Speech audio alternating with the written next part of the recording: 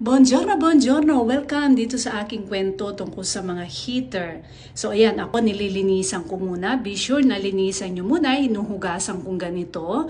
At makikita mo napakadumi ng planggana. Dapat yan, alisin muna, tanggalin yung mga dust para hindi hubuhin. Ang calorifer namin dito ay centralized.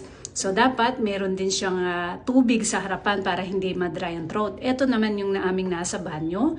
May gauge. So, kung maximum is 5, kung ano yung gusto mong init.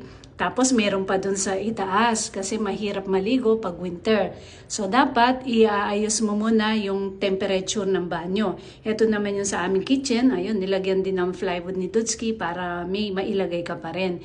Dito sa Italia, ang heater ay binubuksan pa lang yan pag below 15 degree na ang temperature sa labas. Tapos kung centralized ka, may mga time yan. Pinapatay ng 11 p.m. dahil matutulog na at bubuksan ng 5 a.m. Bago ka gumising ay bukas na para mainit na yung bahay. Tapos in between 11 a.m. papatayin ulit at sisindihan ng 4 p.m. bago ka makauwi ng bahay galing trabaho. Kasi ang katawan, na kaya lang niya is 19 degree ang minimum. Kaya dapat mainit na ang bahay pag uwi mo. To all my viewers, God bless you all. Ciao, ciao!